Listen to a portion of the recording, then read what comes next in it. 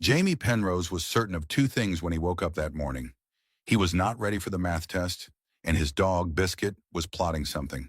The way the Labrador had been eyeing the neighbor's inflatable flamingo for the past week suggested a level of vengeance Jamie couldn't quite explain. But neither of those concerns prepared him for the spaceship that landed on the lawn during breakfast. It didn't arrive with fire and fury like in the movies. It came down gently, like a cat too proud to admit it fell off the couch. One moment Jamie was mid-bite of a very under-toasted bagel, and the next the backyard exploded in a flurry of blue light, flattened daisies, and the tragic end of Dad's prized garden gnome collection. The ship was sleek, curved like a droplet caught mid-fall, with lines that shimmered between colors Jamie didn't have names for.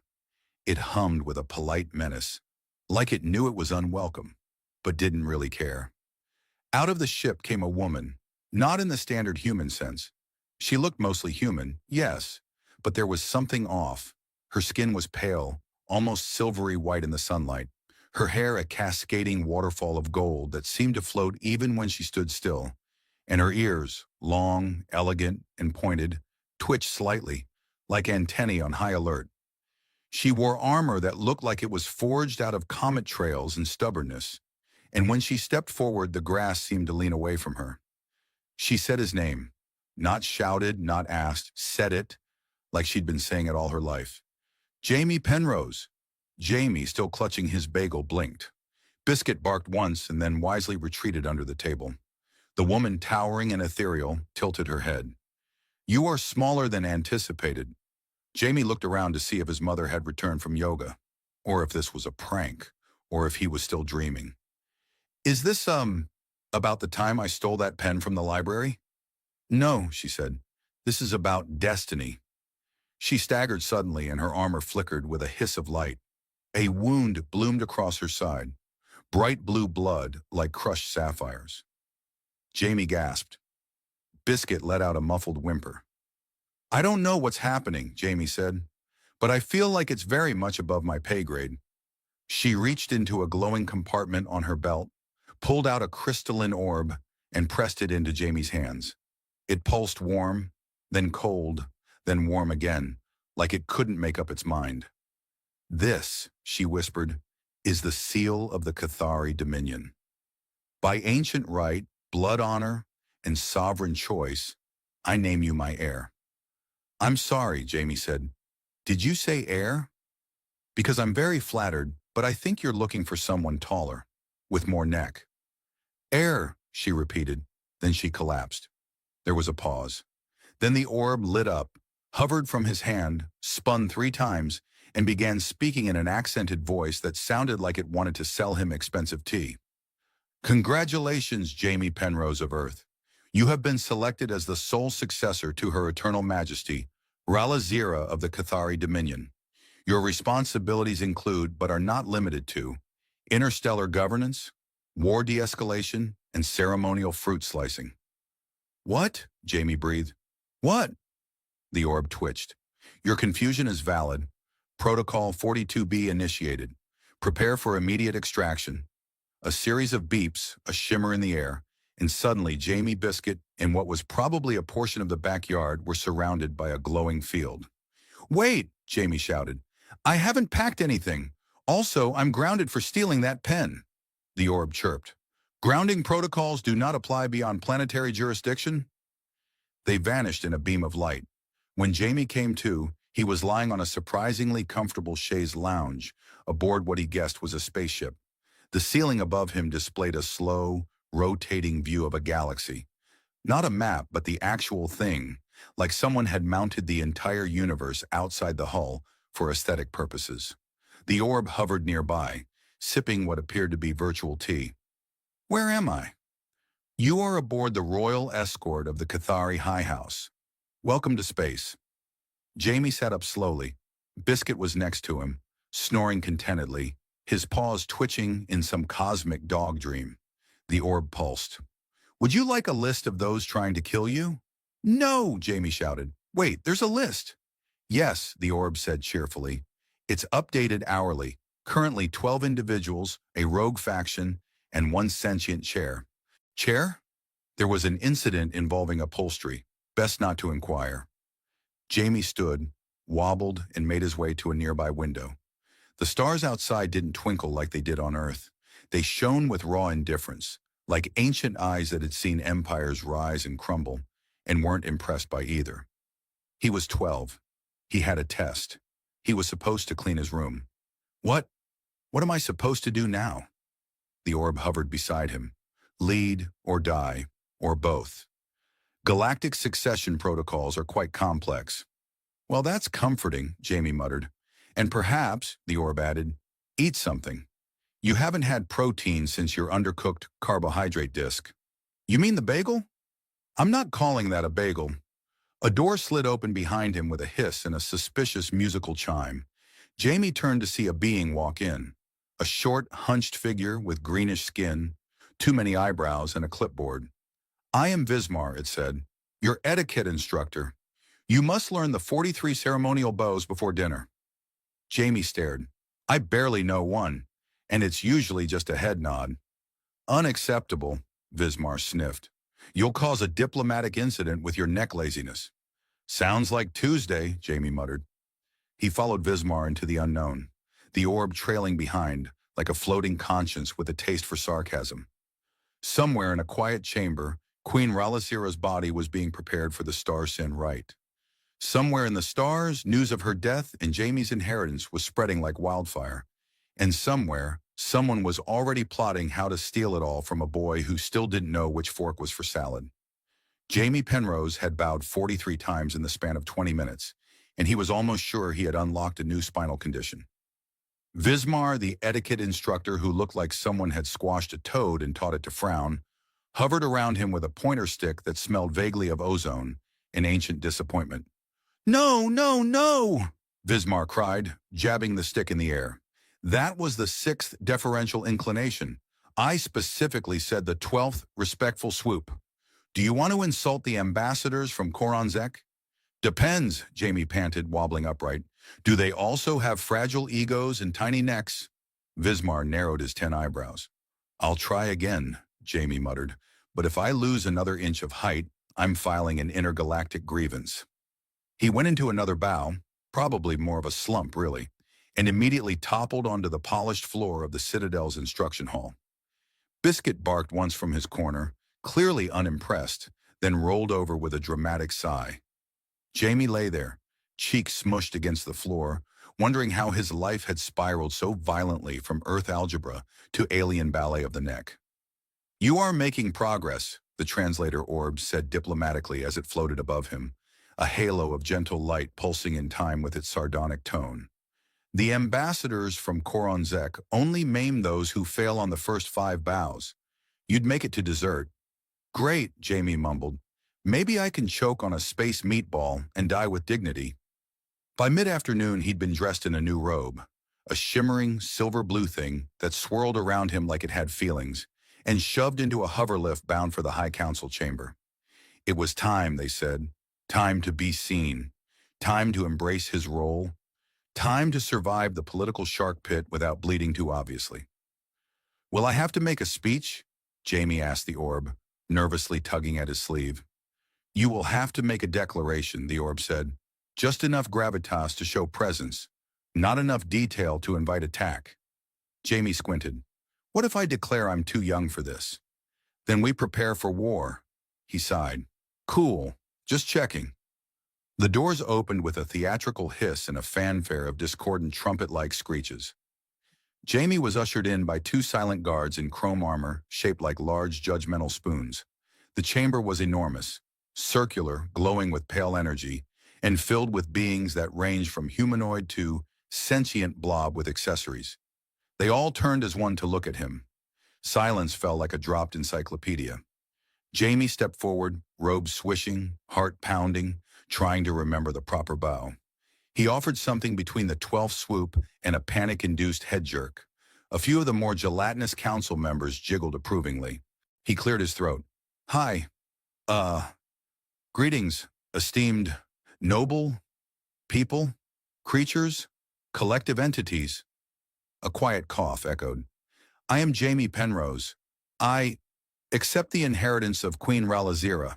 I mean, I didn't ask for it, and I'm still confused why anyone thinks this is a good idea, but I'm here. South, let's, do our best not to explode. Murmurs rippled through the chamber. A tall, lean alien with bronze skin and a diamond-shaped eye patch stepped forward. His voice slithered through the air like oil over silk. You are young, human, untrained.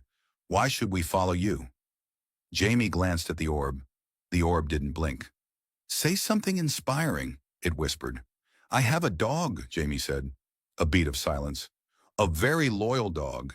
He has excellent instincts, and if that's not enough, I also have a firm belief in snacks, naps, and not starting galactic wars unless absolutely necessary, which I think puts me ahead of most rulers. There was a stunned silence. Then, somewhere in the back, a creature that looked like a lava lamp in a suit began to laugh. The laughter grew. Even the bronze-skinned alien smirked slightly. Jamie blinked. Wait, did that work? Humor is a valid strategy, the orb said, surprised. After the meeting, Jamie was escorted to his private quarters, larger than his entire house back on Earth, complete with floating furniture and a shower that could recite poetry.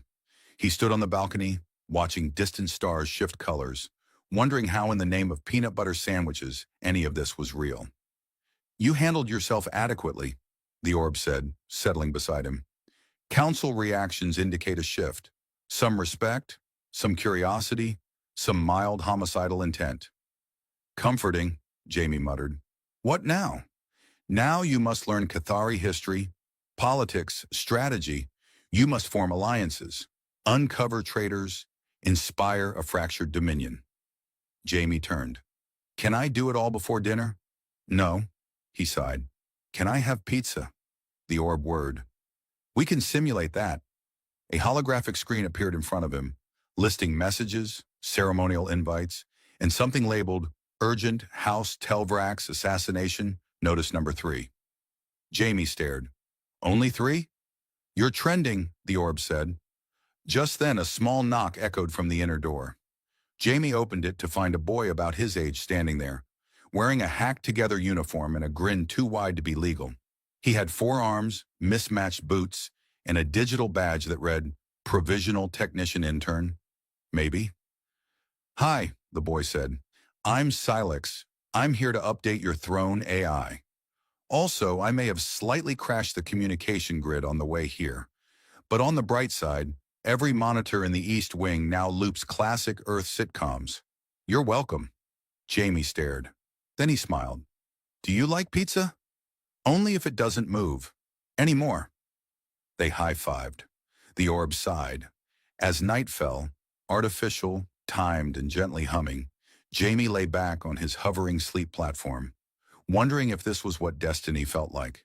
Floating, bizarre, exhausting, and entirely flavored with unexpected cheese. Jamie was beginning to suspect that royal training was code for daily attempts to emotionally liquefy the air without leaving evidence. His new schedule included tactical simulations, Cathari etiquette recitals, dietary assessments, and something ominously titled ceremonial roar practice. That last one had not gone well. Apparently, humans were not naturally inclined toward intimidating galactic howls, especially when their voice cracked halfway through. You sounded like a broken vacuum cleaner, Xylix said, trying not to laugh and failing spectacularly. I'll vacuum you, Jamie muttered, clutching his throat. They were in the War Dome, which, contrary to the name, looked suspiciously like a bowling alley repurposed for orbital simulations. A giant holographic table displayed models of ships, systems, and several strategic blobs representing enemy forces.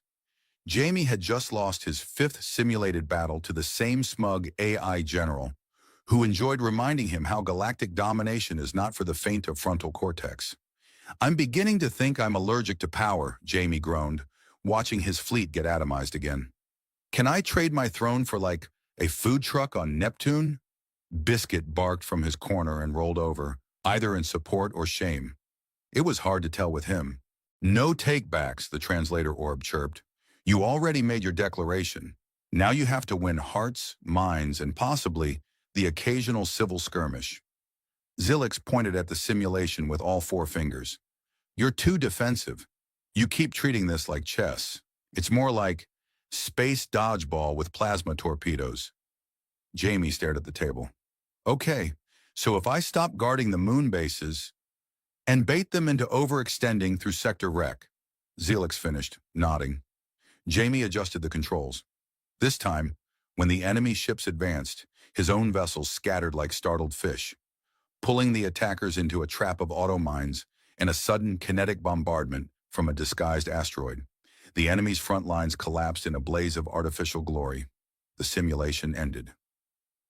Victory, Jamie Penrose, the AI conceded, its voice tinged with resentment. I won? Jamie blinked. Small win, Silix said, but win nonetheless. You'll still need to charm people in real life, and you're only slightly more charismatic than a wilted salad. Thank you, Jamie said. That's the kind of support that got you demoted from intern to maybe. Their banter was interrupted by a soft ping and a new hologram blinking into view. It was a message from the Cathari Royal Archives. High priority, encrypted. Jamie glanced at Selix, who had already pulled a pair of goggles from somewhere and was bouncing with anticipation. Play it, Jamie said. The hologram shimmered and a figure appeared. Queen Ralazira. She looked serene, dangerous, and impossibly tall, her long ears framed by golden braids that defied gravity and common sense. She wasn't speaking directly. It was a pre-recorded message, encoded in ancient dialect.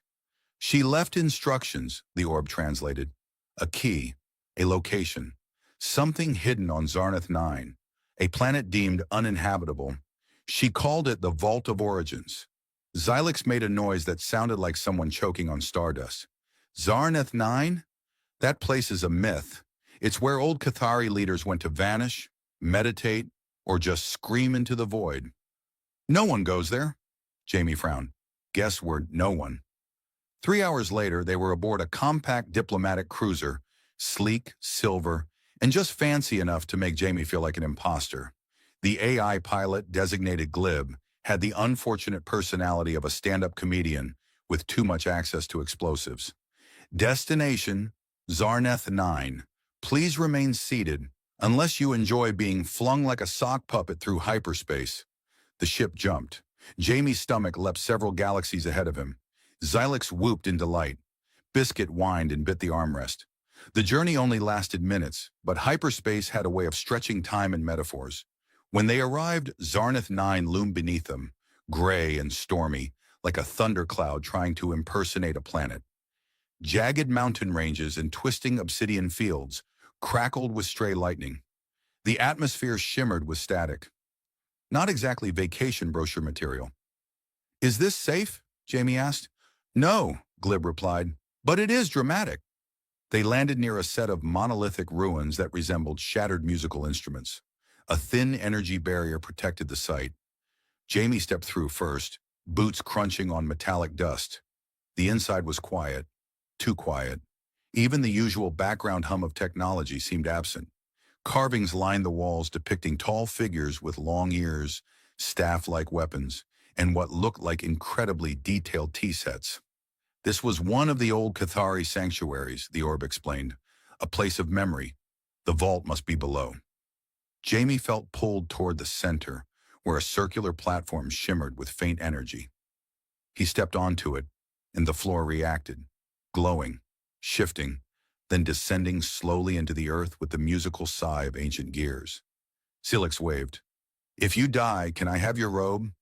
Sure, Jamie said as the platform lowered. Just wash it first. He descended into a chamber bathed in soft violet light. A hologram appeared, Ralazira again, this time addressing him directly. If you've reached this place, her voice echoed, then you are more than accident. You are choice. You are legacy. Inside this vault is my final gift. But beware. What you inherit may cost you more than power ever gave. A panel opened. Inside was a crystalline cube, pulsing faintly. As Jamie touched it, it dissolved into his palm. A surge of images, knowledge, and memories slammed into his mind like a supernova wrapped in nostalgia. He staggered back, gasping. When he surfaced again, Zalix was waiting at the top with a protein bar. "You look like you saw the universe's tax records," he said. Jamie stared at his hands. "I saw something. Plans, enemies, secrets. She didn't just give me power. She gave me a war." Zilix sighed. "Yay." Jamie nodded slowly. "Yay." They returned to the ship in silence, a new weight hanging between them. But as the cruiser lifted off, Biscuit jumped into Jamie's lap, farted, and sneezed at the same time. Jamie laughed until he couldn't breathe. "I guess some things stay simple," he said. The orb hovered. "Yes, flatulence. The great unifier." Jamie had never been part of a galactic council meeting before, and frankly, he didn't think that would be the part of his inheritance that would break him. Yet here he was, seated at a hovering crescent-shaped table, surrounded by 15 species that looked like a zoo had exploded, and everyone decided to wear robes. Some floated, some hissed. One appeared to be shedding spores that sang softly in minor chords. The high spire of the council was a kilometer-high obsidian tower that bent gravity just enough to make walking inside feel like moving through molasses while carrying emotional baggage. Jamie's chair, which adjusted itself constantly to maintain dignity posture, had already folded him into what he could only assume was a reverse yoga position. "You are the heir of Ralazira," boomed the Supreme Chancellor of the Rovine. His face was a cluster of gleaming eyes orbiting a central brain sac. "You are late." "Sorry," Jamie said, straightening. "Tried to style my hair in anti-grav mode. Didn't go well." Several council members blinked in unison, which Jamie hoped was a sign of appreciation for sarcasm, not a call for ritual combat.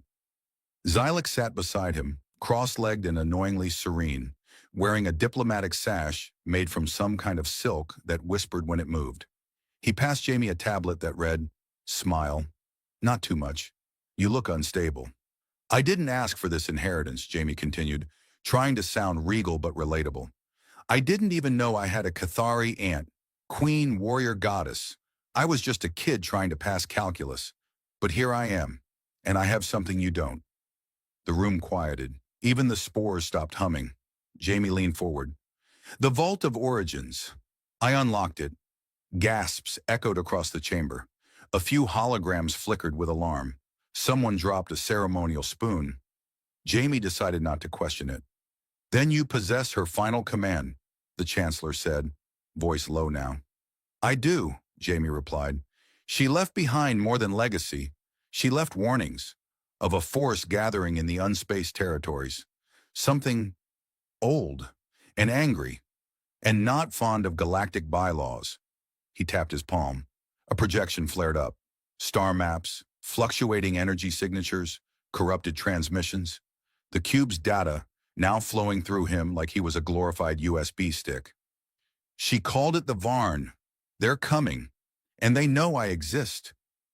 At that, the air changed. Something shifted under the table. Literal currents, maybe, or just the weight of 15 minds recalibrating. One member, a translucent amphibian named Retta Voss, clicked her jaws. "Then the Boy King brings not just warning, but a target." "That's me," Jamie said cheerfully. "Galactic bullseye." The council erupted into a flurry of debate, their languages overlapping in sonic chaos. Jamie leaned towards Zilix. "So how do we feel about mutual defense pacts?" "Like applying sunscreen to a supernova," Zalix murmured. "But hey, at least you're not boring." By the end of the meeting, Jamie had somehow been appointed Emergency Strategic Liaison of the Outer Fringe, which sounded suspiciously like guy we blame when things explode. He left the chamber exhausted and very nearly forgot to bow to the living fungus that led Sector 8. Back aboard the cruiser, he collapsed onto the couch, while Biscuit licked at the hem of his robe and tried to eat the emergency beacon. "I'm starting to understand why royalty always looks so constipated," Jamie muttered. "They eat stress for breakfast," Zilix said, plopping down beside him. "Then they die gloriously or horribly, or both. That's comforting. Better than dying irrelevant." Jamie raised an eyebrow. "You practice that line in front of a mirror?" "Several mirrors," Zilix replied, "with dramatic lighting." As they entered orbit around their next destination, Threnvalis, A neutral station known for information trading and surprisingly good chili. The mood turned cautious. Jamie had a contact to meet, or rather the cube did. The cube had activated a memory sequence tied to an old mercenary named Koba Vex, who once served Queen Ralazira and now lived off-grid pretending to be retired. Jamie suspected retirement for mercenaries meant shooting fewer people on weekdays. They landed at dusk, if dusk was the right word for a sky thick with bioluminescent gas clouds and the occasional thunderous rift. Threnvalis was less a station and more a floating slab of civilization, barely held together by duct tape and favors. Its marketplace had stalls that sold everything from cloaking devices to singing fruit. Jamie found Koba in a rusted tavern called the Ion Snarl. Waitanunra, the mercenary, was impossible to miss. 7 feet tall, coated in armor that looked like it had opinions, and holding a plasma mug of something that smelled like melted battery acid. "You're her heir," Koba said without looking up. "You could at least pretend to be surprised." "I don't pretend. It's bad for my neck." They sat in silence for a moment while Biscuit sniffed a bionic rat. "She told me," Koba said, voice low, "if anything ever happened to her, I was to give this to the heir." He slid over a metal capsule. Jamie opened it and found a small device. Circular, etched with runes, humming faintly. "What is it?" Jamie asked. "A map to the Crown Engine." Jamie blinked. "Sounds ominous. Is it a throne or a spaceship or—" "It's whatever you need it to be," Koba said. "Built by the first Cathari dynasts. Buried in a black star. She was going to use it to unite the fringe worlds. Before she died." Jamie felt the weight of the device in his hand. "So now it's my turn." Koba nodded. "If you live long enough." On their way back to the ship, Silix handed Jamie a snack bar. "Eat. You get dramatic when your blood sugar drops." "Thanks, Dad." "Please, if I were your dad, you'd be less squishy." Jamie laughed, despite the tension bubbling in his chest.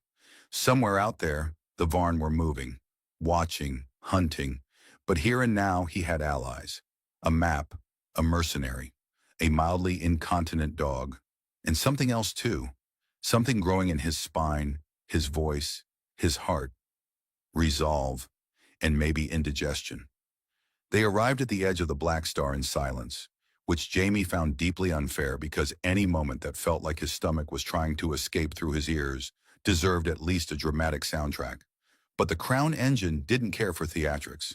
It sat in the eye of the dead system like a secret no one had dared remember. A titanic construct embedded in orbit around a collapsed sun, cloaked in layers of quantum fog and broken oaths. Jamie stared at it through the view screen. "So that's my inheritance. A death trap wrapped in a cosmic enigma." "It also makes a decent latte," Zelix said, "but only if you ask politely." Biscuit growled at the viewport as if he could smell bad decisions wafting from the station. Jamie patted his head and adjusted his jacket, which was technically royal garb now, though it still had 3 mysterious stains from Space Chili Night. As they docked with the station, old fail-safes flickered to life. Mechanical arms guided the ship with eerie precision. Lights blinked on after centuries of dormancy. Jamie half expected the hallway to whisper, "You're late." They found the throne room, not so much a room as a vast spherical chamber suspended in null gravity. In its center floated the Crown Engine, a core of shifting metal plates and light fractals that pulsed in rhythm with Jamie's heartbeat. His mother's legacy, her secret weapon, her dream. "Touch it," Xylix said, hovering beside him like a judgmental librarian. "Do I get superpowers or just vaporized?" 50-50. Jamie sighed and reached out. The moment his fingers brushed the surface, the chamber erupted in light. Not blinding, inviting. The Crown Engine unfolded like a flower blooming in space. Data streamed into Jamie's mind. Not just facts and history, but memory, intent, emotion. Ralazira's voice, her hopes, her regrets, her fierce, blinding love for a future she would never see. "You were her answer," the Crown Engine said, voice deep and female and oddly sarcastic. "Unexpected. But then she always liked plot twists." Jamie laughed. "Of course she did." The Crown Engine explained itself in bursts of thought. Technology fused with willpower, capable of uniting scattered civilizations through resonance and trust. A beacon, a tool, a throne for those who refuse to conquer by fear. But it needed a bearer, someone unshaped by tradition, uncorrupted by expectation, someone who still asked stupid questions. Jamie activated it. Outside, the dead star ignited, not in fire, but in message. A wave of resonance pulsed through space, reaching out like a beacon to every allied world. A call not to war, but to unity, to resistance, to something new. Then the Varn arrived. They poured out of null space like spilled ink, dark ships that bent light and shattered reason. The first volley struck the outer hull, but the crown engine held. Jamie stood at the center, hands glowing, brain slightly overheating, and yelled, "Let's make this weird!" Silix and Koba manned the weapons array, launching countermeasures that looked suspiciously like angry holographic birds. Biscuit chewed through a Varn drone that boarded through a service duct. For the first time, Jamie wasn't reacting. He was leading, not because he knew what he was doing, but because he knew who he was doing it for. The battle wasn't long, but it was brutal. The Varn weren't invincible, just deeply unpleasant. Moanum, with the crown engine amplifying defensive systems and projecting decoys that taunted the Varn in 6 languages, they were able to cripple the flagship. Jamie offered them a way out, leave, and never return. They responded with plasma fire. Jamie responded by crashing a moon into them. Afterwards, silence, floating debris, one last flicker of a dying empire. Back on Thren Valise, the council reconvened. This time they stood when Jamie entered. The Chancellor inclined his head. "You have done what none before you dared." "Which part?" Jamie asked. "Survive or insult an interdimensional warlord's hairline?" "You carry her spirit well," Jamie shrugged. "I mostly carry snacks." He turned to the assembly. "I'm not her. I'm not a queen, a warrior, a savior. I'm just a guy who got drafted by fate. But I've seen what this galaxy could be, and I think it's worth the mess." They voted. The crown engine would become a shared resource, maintained by a council of worlds, its authority tied not to bloodlines, but merit. Jamie declined any official title, choosing instead to act as envoy, bridge builder, sometimes unofficial barista. Koba retired again, this time to a farm that mostly raised explosive vegetables. Silix stayed on as Jamie's advisor, which he insisted was a lifestyle choice, not a curse. Biscuit was promoted to galactic morale officer, and given a hat he immediately tried to eat. Jamie stood once more before the crown engine, now glowing softly in orbit, its hum like a heartbeat he could finally understand. "Thanks," he whispered to the void, "for the weirdest inheritance ever." A flicker of memory, her voice in his thoughts. "Make it yours." He smiled. He would. And for the first time in a long time, the galaxy felt just a little less broken.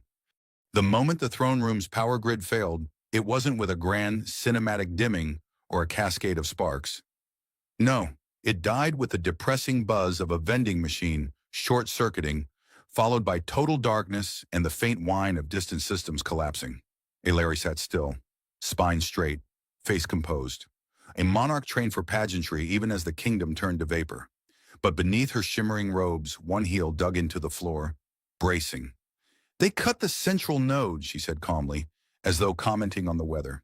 "Charming." Somewhere near the diplomatic alcove, a voice spoke. "I'm guessing that's bad." Ilari didn't turn toward the voice. She knew it too well by now. Rough around the vowels, always half-laced with sarcasm. Corporal Tom Rayner, the only human in the Varellan court, leaned out from behind a toppled ornamental statue, holding what looked suspiciously like a snack bar in one hand and a laser cutter in the other. "Bad would be them only cutting the lights," she said. "This is something worse." "Well, at least they didn't turn off the climate control," he said. "Last time that happened, I sweated so hard I fogged up my own visor. And that was before the ambassador tried to assassinate me with a dessert fork." She turned her head slightly. "Are you truly incapable of silence?" He shrugged. "I mean, sure, if I'm asleep or dead." In the faint emergency glow pulsing along the floor panels, Ilari could see the throne room clearly enough. The banners of allied houses were gone, vanished during the ceremony with more grace than most of the departing delegates. What remained, scorch marks near the main entrance, an overturned food drone smoking quietly in the corner, and a dozen empty seats that should have been filled with her counsel. Do you know what's worse than betrayal, Corporal? Running out of coffee on a 43-hour patrol? Unexpected loyalty. He raised an eyebrow. You're really struggling with the fact that I'm still here, huh? She rose slowly, her silhouette regal even against the failing lights. All others left with purpose, some to survive, some to profit. You stay for no logical reason. I was ordered to guard the throne room, he said simply. No one will report if you abandon post, she replied. No one will know. There is nothing left of the Viralan Empire. He squinted. Well, you're still here. Semantics. Rayner took a cautious bite of his ration bar, then promptly regretted it. That tastes like someone insulted chocolate, then made a wax sculpture of it and fed it to a dehydrator. Twice. She almost smiled. Almost. A sharp mechanical hiss echoed through the walls. Rayner dropped to a crouch, laser cutter held like a weapon. Tell me that's not more assassins. I haven't finished digesting this war crime of a snack. Ilari activated a small holographic interface embedded into her arm guard. The projection flickered, erratic. That was the East Corridor's security gate decompressing. Likely sabotage. Good. I was getting bored. Nothing like a slow-motion imperial collapse to wake up the appetite for mortal peril. Ilari turned, her expression unreadable. Why did you not flee with the rest of your diplomatic cohort? Because they took the good shuttles and left me with a broken escape pod and an apologetic sticky note. Sorry, Earthling. Real classy handwriting, though. Then you remained by default? No, I stayed because I'm stubborn and have poor decision-making skills. Another hiss. This one closer. I suggest we move, Ilari said. Oh, now you want to hang out, Rayner muttered. They slipped through the service door behind the throne, once reserved for royal entrance only. Now it opened with a sigh and the squeal of hydraulics in need of oil and possibly therapy. The corridor beyond was a maze of failed lighting and drifting smoke. Ilari moved with grace born of lineage and military training. Rayner moved with the grace of a man who had survived 4 station fires and a week-long bar fight on Vega 9. Somehow it worked. They passed a broken protocol droid, which chirped pitifully before sparking out. Rayner patted it. You tried, buddy. I used to have an army, Ilari murmured. Yeah, I used to have weekends. Empires fall. Things change. They reached a former command center. Monitors were cracked, chairs overturned. In one, a Viralan commander slumped, unconscious or dead. It was hard to tell. Ilari knelt, fingers brushing the sigil on his shoulder. Her eyes were unreadable. Anyone you liked? Rayner asked. Number. But I respected him. He once argued against planetary bombardment in favor of diplomacy. The others laughed. And? He was right. They laughed anyway. Rayner found a half-working console and started jabbing buttons like a man trained by trial and error. What are you doing? Looking for working power. We need somewhere to hole up, preferably with less death and more coffee. You obsess over that beverage. It's sacred, more sacred than most of your royal artifacts. No offense. She tilted her head. Some offense taken. A panel blinked weakly on the screen. Looks like one of the royal armories is still sealed. Could be supplies, weapons, maybe a half-decent toaster. She frowned. We'll need access codes. He grinned. I might have borrowed a few from a sleeping tech officer during the welcome feast. Don't look at me like that. You try getting stuck with diplomatic duty and not getting curious. I'm surrounded by traitors. He gave her a mock salute. I prefer opportunistic historians. They moved again, navigating wreckage in corridors choked with smoke. Occasionally voices echoed, scavengers or ex-loyalists. Ilari kept her head high, never ducking, never hiding. Rayner walked beside her, gun half drawn, muttering threats to the air like a man trying to intimidate entropy. By the time they reached the armory, Ilari was covered in dust, her robes slashed, and Rayner had used 3 different alien curses incorrectly. Inside, the lights were still functioning. Shelves of tech gleamed. armor, drones, even the good medkits. Rayner whistled. Now this is a royal treasure trove. Ilari touched a plasma blade reverently. These were made for wars we never fought. Well, maybe now's your chance. He picked up a shield emitter, accidentally activated it, and promptly slammed into the wall with a loud thunk. Ilari arched one perfect brow. Impressive. Thanks, he wheezed. I call it human innovation through self-harm. They stayed there for the night cycle, the faint hum of machinery the only sound. Outside, the empire crumbled. Inside, one alien queen sharpened a blade, and one human soldier snored softly, shield emitter still humming under his arm. Neither said it aloud, but both knew. This wasn't over. Not yet. There was an old saying on Earth Rayner once heard, possibly during a bar crawl or a documentary on interspecies anthropology, something about how you could measure the fall of a civilization by the number of vending machines still operational in its ruins. By that metric, the Virilan Empire was officially deceased. Not one snack unit had dispensed anything edible since the throne room blackout, unless you counted a glowing blue cube that briefly gained sentience before melting through the floor. Do you think these were supposed to be food? Rayner asked, poking the leftover residue with the barrel of his sidearm. Ilari didn't look up. She was crouched beside a shattered data node, fingers dancing over a diagnostic pad she'd jerry-rigged out of an old comms console and a stolen hover skateboard. They were designed for Virilan metabolisms during high-oxygen combat deployment.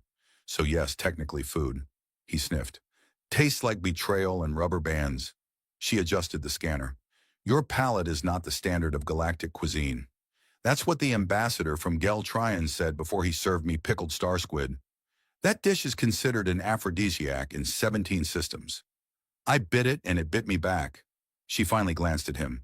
And yet you survived. How disappointing. He grinned. You're warming up to me.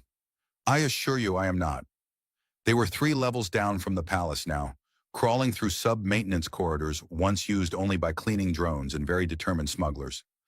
The Virilan elite had always considered these sectors beneath them, literally and socially, which made them perfect hiding places now that the palace had become less of a symbol of power and more of a highly decorative target. What's the plan again? Rayner asked as they ducked under a beam held aloft by Hope and one very anxious structural support drone. We reach the auxiliary core. From there I can access the emergency grid and possibly restore communications, if the network wasn't completely annihilated. And then we call for help? We send a message. Same thing. Number help implies expectation. A message is less optimistic. They came upon a sealed blast door. Ilari tapped a panel. It blinked red in what Rayner assumed was the universal language for you're out of luck, buddy. Locked? Deep locked. Someone wanted this section buried. Who buries an auxiliary core? She didn't answer. Instead, she pulled a blade from her waist, a thin, humming sliver of plasma, and set to work on the door. Rayner watched for a moment, then leaned back against the wall, arms crossed. You know, for a queen, you're very stabby. It's a necessary skill. I got a badge in sandwich assembly. That was my skill. Your empire is curious. The blade finished its arc, and the door hissed open with the enthusiasm of a sighing bureaucrat. Inside, the room flickered with failing power, consoles long abandoned. Ilari stepped in first, scanning. Rayner followed, gun raised because even in a power room, something always lurked. And there it was, a servitor drone, half melted and fused into the wall, its single eye pulsing in what Rayner could only describe as morbid cheerfulness. Hello, it chirped. Would you like a refreshment? Rayner jumped. Why is it always the polite ones that try to kill you? Ilari approached. This one isn't hostile. The drone coughed sparks. My beverage options include sulfur tonic, ancient jelly, and a loose interpretation of espresso. I'll take my chances with dehydration, Rayner muttered. They accessed the console. Ilari's fingers flew across keys, coaxing the system to life with the kind of precision that came from being born into a society that installed interface implants at birth and judged your social rank by how efficiently you debug Starship firmware. You're not just a queen, huh? Rayner said. You're also tech support. My education included system control, weapon design, and 7 styles of political assassination. Right, very wholesome. The console flickered, then steadied. A map of the planet's communication network spread out, a spider web of flickering nodes, most of them dark. I can reach an outer relay, just barely. Raynor leaned closer. Can you tell them we're still alive? Number, but I can tell them something else. She keyed in a command. The screen shimmered and a signal pulsed out. A simple burst of code encrypted. Looping. What did you send? Coordinates to the last stable region of the planet. Why? To draw attention. That sounds not safe. Nothing about this is. They left the core chamber, the servitor drone cheerfully announcing new drink options behind them, including sentient mineral water and something that may have been weaponized fruit juice. Back in the corridor, a low tremor shook the floor. That's not just bad plumbing, is it? Raynor asked. Number, that's the tectonic stabilizers beginning to fail. Oh, good. We've moved into the natural disasters portion of our tour. They sprinted through the corridors as emergency lights blinked overhead, a sickly green warning of structural collapse. Above them, parts of the palace began caving, elegant domes crashing down like poorly stacked wedding cakes. Raynor tripped on a dislodged pipe, swore creatively, and kept moving. They emerged into a courtyard long abandoned. Virellan architecture, once graceful and impossibly vertical, now cracked and sagged under the weight of its own elegance. Statues of past rulers leaned at odd angles, one missing a head entirely. Raynor paused. Hey, this guy kinda looks like me. He committed 4 war crimes and married a sentient gas cloud. So, distant relative, maybe. Blaster fire cracked the silence. They ducked behind a broken column as scavengers, humanoid, poorly armed but numerous, poured in from the western gate. Who are these guys? Raynor asked. Opportunists, loyal to credits and blood. He peered around the column. Think we can reason with them? Ilari stood, revealed herself fully. I am Queen Ilari of the fallen Virellan Empire. I offer you one chance to turn away. The leader of the scavengers, a squat man with a bandolier full of empty snack wrappers and a face like a dried fruit, laughed. That went well, Raynor muttered. They opened fire. Raynor returned shots, covering Ilari as she activated a fallen drone, reprogramming it mid-sprint. Tell me you're making a robot friend, he called, more like a mobile deterrent. The drone lit up, screeched in an ancient battle language, and exploded spectacularly among the scavengers. Silence fell. Smoke drifted. The courtyard was quiet once more. Raynor coughed. I think I just swallowed part of that guy's boot. Ilari walked past him, head high. Come on, she said. We still have a planet to escape. Right behind you, your stabby highness. The first rule of navigating a dying empire, Raynor had decided, was that the map was always lying. Not metaphorically, literally. The digital map Ilari had pulled from the palace archives had confidently declared that Sub-Tier 7 was stable, fully operational, and ideal for dignitary transit. In reality, it was 80% rubble, 10% fire, and the last 10% home to something that hissed in Morse code and tried to eat Raynor's boot. Remind me again why we're here, he said, one foot braced against the wall, the other dangling into a puddle of suspicious goo that hadn't been there 3 seconds ago. Because the surface is compromised, Ilari replied, scanning the shadows, and this tunnel is connected to a hangar beneath the Royal Transport Dock. He grunted, yanking his boot free with a slurp that echoed far too loudly for comfort. I don't know how you people call this a hangar when it's one sentient mushroom away from being a horror movie set. Virellan infrastructure was not designed for collapse. Really? You mean they didn't plan for galactic-scale betrayal when installing the floor tiles? Ilari glanced at him. You've been quite talkative since breakfast. Breakfast was half a protein bar and a hot beverage brewed from pipe condensation. I've earned the right to complain. A skittering sound echoed above them. Raynor froze. Please tell me that's a friendly drone. No drone I know makes that many clicking sounds. Perfect.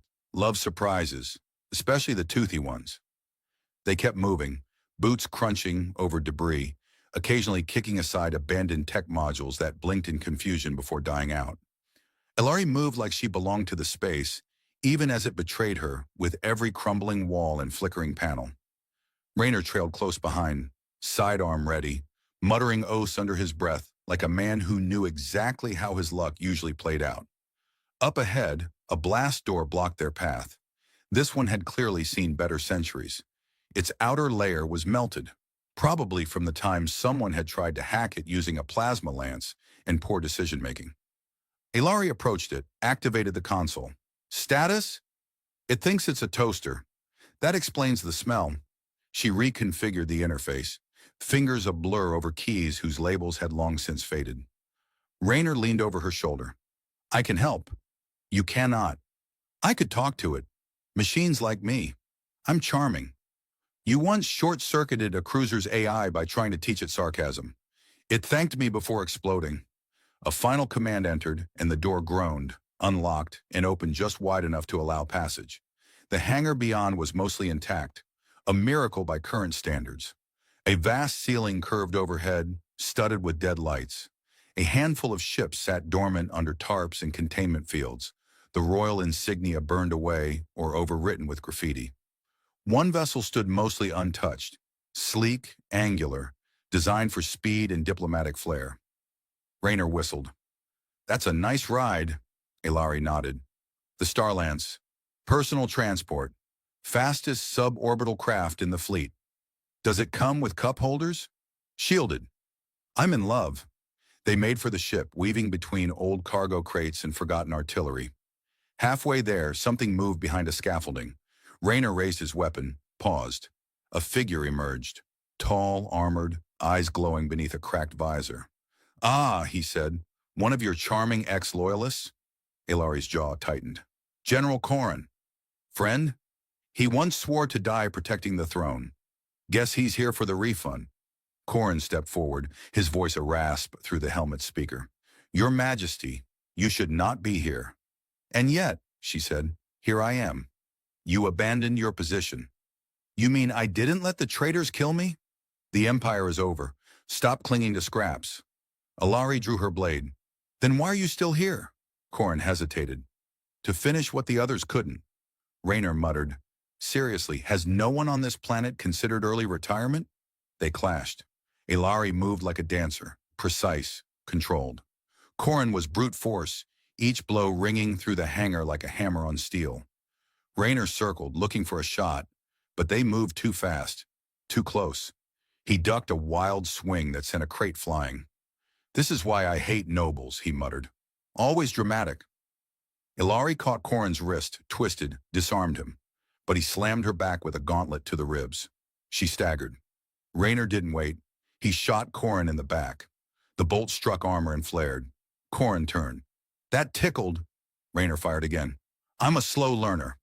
Ilari swept the general's leg, brought him down. Her blade at his throat, she waited. Corrin growled. You won't do it. No, she said, but I'm not the only one left. Raynor stepped forward. Hi, I do the things she won't. Corrin's expression changed slightly. Was that alarm? Amusement? He activated a detonator on his belt. Raynor shouted, He's going full cliché. They dove as the explosion rocked the hangar, sending shrapnel across the deck. Corrin vanished in the blast, smoke and heat swallowing his body whole. The ship remained standing, barely. Raynor coughed. Next time you want to settle a political debate, maybe less explosives. Ilari pulled herself up. He was trying to destroy the ship. Well, he failed. Probably because I'm here. I'm good luck. You've been shot 5 times since we met. Exactly. Still alive. They reached the Starlance. Ilari activated the hatch, entered codes only she could know. The interior hummed to life. Elegant, minimal, alive with systems waiting for purpose. Raynor dropped into the co-pilot seat. Tell me you know how to fly this. I helped design it. Okay, we live another day. They lifted off, the hangar shrinking beneath them. The palace was crumbling, towers collapsing like dominoes. From orbit, the planet looked cracked, scars glowing where stabilizers failed. The signal Ilari had sent continued pulsing. Raynor stared at the readout. Still no response? Not yet. But someone will hear it. Eventually. Right. Good. Hope the eventual someone likes stabby royalty and sarcastic earthlings. Ilari didn't respond. Outside, the stars stretched wide, endless. Inside, two fugitives flew into the unknown. The Starlance hummed through the void like it had something to prove. Raynor lounged in the co-pilot seat, legs propped up on a console labeled "Do Not Touch," while Ilari recalibrated their course through an asteroid field optimistically referred to in ancient Viralan texts as the Necklace of Divine Reflection. According to Raynor's more recent and accurate navigational readout, it was more like the Bracelet of Oh No. "We're flying through a rock garden with mood swing," he said, sipping the last of a nutrient pouch that claimed to taste like vanilla. It did not. "It's the only way to avoid the Dominion patrol routes," Ilari replied without looking up. "If you'd like, you may open the external shielding and let them shoot at us instead." "I mean, it'd be faster." "To die, yes." He squinted at a chunk of ice the size of a small house drifting lazily past the viewport. "You sure this thing has shields? Like working ones?" "I designed the shielding matrix myself. It can handle anything short of a direct starcore burst." "So, not sarcasm then?" "I haven't programmed it to detect sarcasm. Yet." "Good, because I think that asteroid looks like my third-grade math teacher." The ship jolted as a rock clipped the outer edge. Raynor nearly dropped his drink. Ilari didn't flinch. "Just a kiss." "That was a kiss? What do you call a crash? An interstellar French greeting?" A proximity alert chirped. Ilari frowned.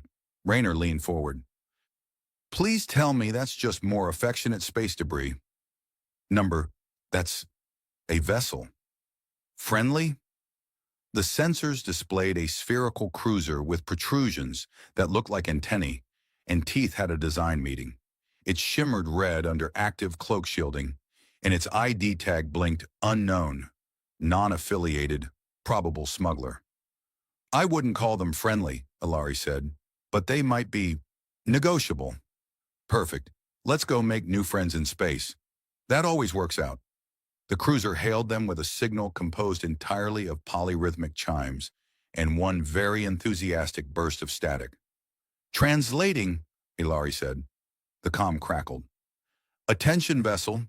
This is Captain Yulo of the Profit Margin. You are trespassing in our temporary tax-exempt hunting zone. Prepare to be boarded or bribed." Raynor blinked. "That's an actual name for a ship? I believe he's serious."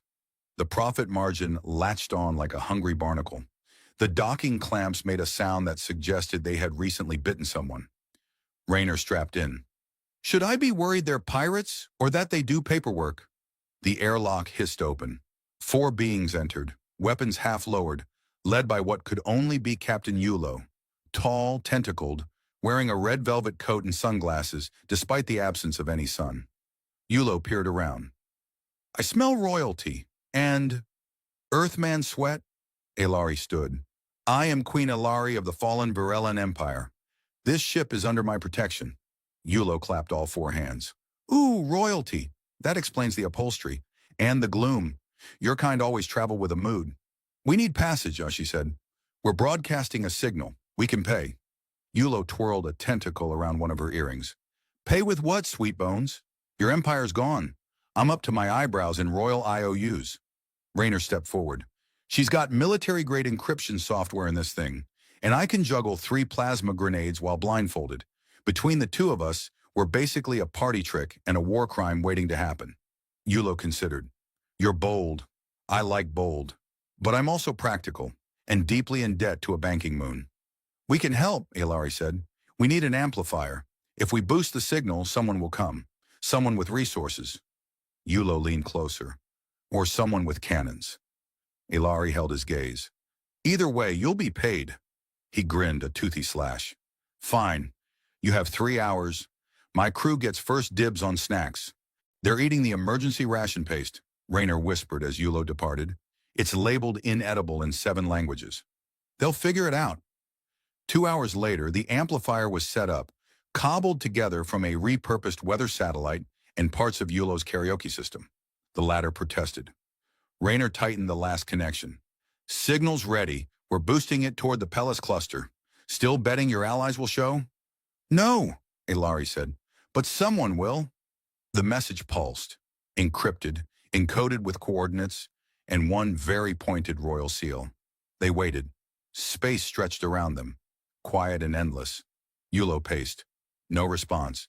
Just like my last 3 marriages. Rayner drummed his fingers. Maybe they're just slow. Maybe they're signal guys on lunch. A blip appeared on the scanner. Then another. Then 5 more. Ilari stood. Ships incoming. Friendly? Rayner asked again, with less hope this time. Mixed signatures, privateers, some Dominion. Yulo squinted. That's ambitious of you. They're following the signal. The profit margin shook. One of the arriving ships opened fire, a warning shot that took out half of Yulo's sensor array. I take it back, he said. I hate bold. Rayner leapt into the pilot's seat. We're leaving. The Starlins tore away from the docking ring. Behind them, the smugglers scrambled to return fire. Dominion fighters closed in like hungry vultures. Ilari rerouted power. If we reach the nebula at the edge of the sector, they won't be able to track us. Rayner grinned. You had me at nebula. They ducked between plasma bursts, the hull groaning, shields flared, systems whined, and Rayner swore the coffee maker in the wall was actively judging them. They're gaining, he yelled. I'm diverting heat signatures to confuse them. They're robots, not dogs. Confusion is universal. The nebula loomed ahead, a glowing storm of gas and magnetic fury. Rayner steered straight into it. Yulo's voice came over the comm.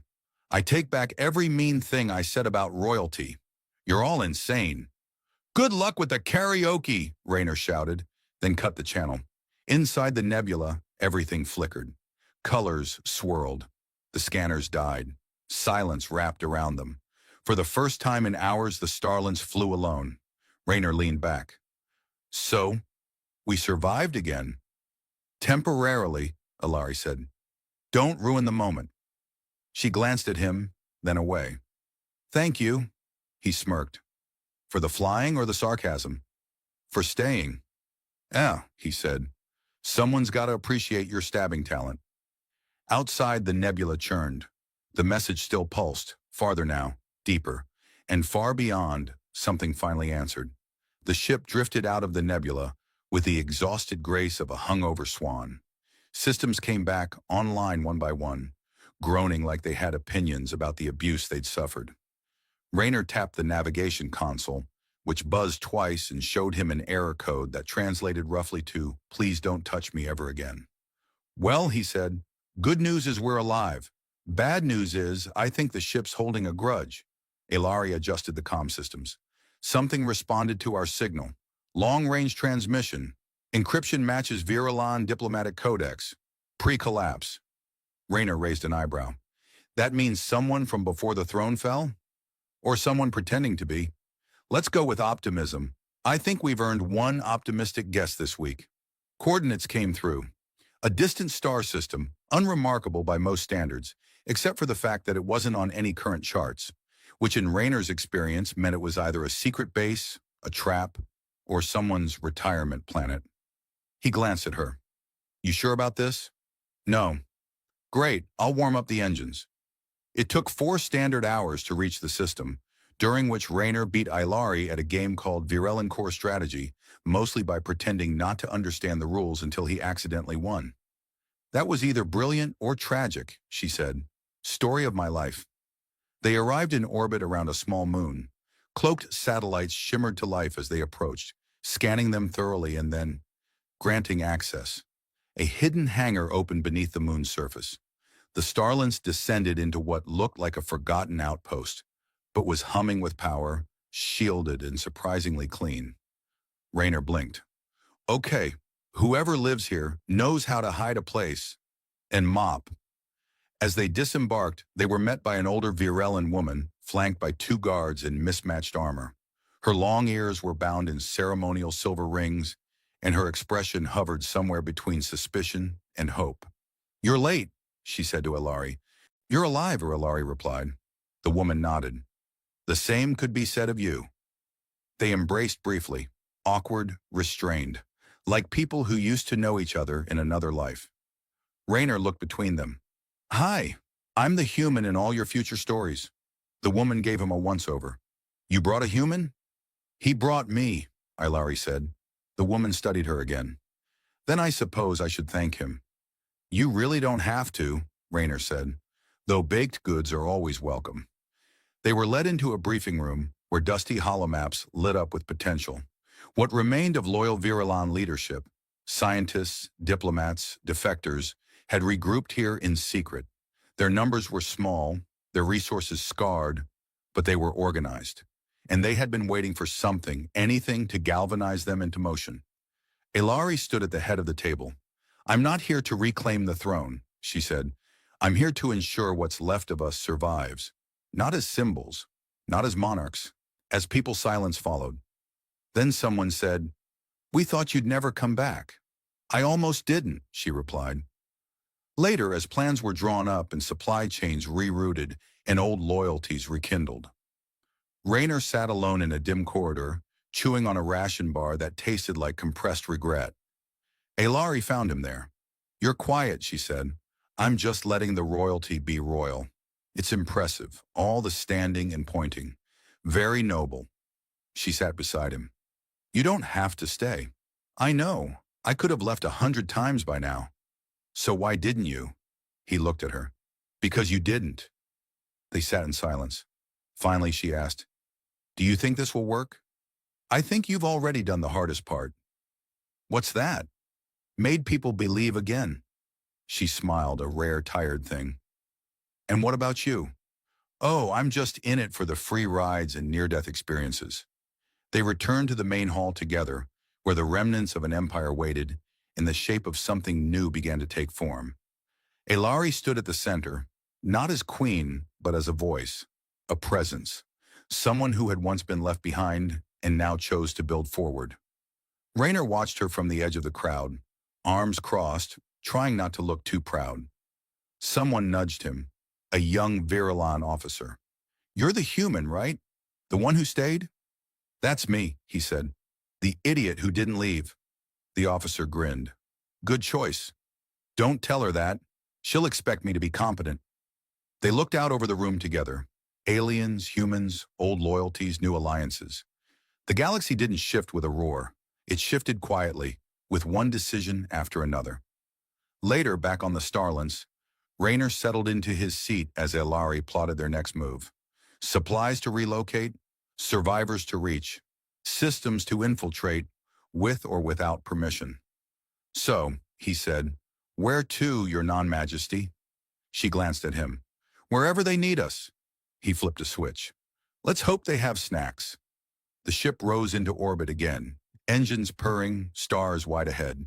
This time they weren't running. This time they were answering.